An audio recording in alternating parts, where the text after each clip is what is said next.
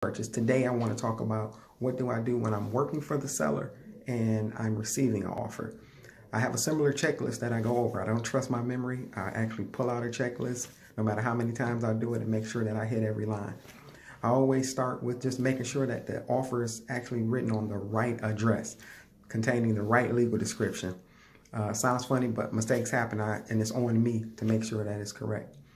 Secondly, I check the price of the offer to make sure that it's within range. Even though I show all offers, I definitely like to check that it's within range of what my sellers wanted to receive. I look at the earnest money deposit to make sure it's there and actually, an amount that shows a commitment to my seller, to protect them.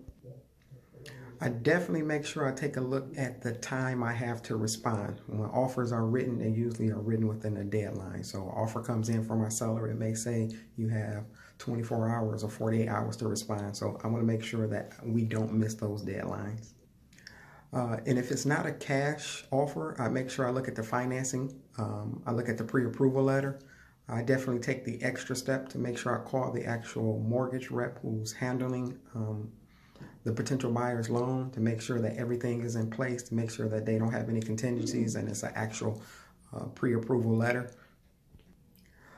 I check for the closing date that the buyer puts down to make sure that it's within the range that my seller, it could be my seller has immediate occupancy or may need to stay in the house for a while, but whatever it is, I make sure I look at what my sellers need and make sure I respond accordingly. I make sure that I look over any considerations that the buyers are requesting of my sellers. So that may be how they want the home warranty to play out, maybe any fixtures or appliances that they definitely want in or taken away. I look at any repairs that they are requesting in the offer.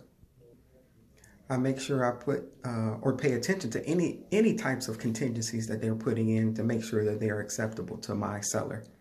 I also make sure that all the addendums are signed, whether it be the homeowners association, any seller's disclosure, any mold disclosures, whatever it may be. I make sure that every signature that the buyer needs to have in that offer is signed.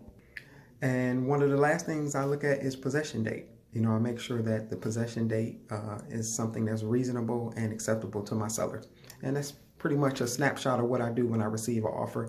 It doesn't really go into the renegotiations, which I'll do on the negotiations, which I'll do on another video. But for now, hope that's helpful.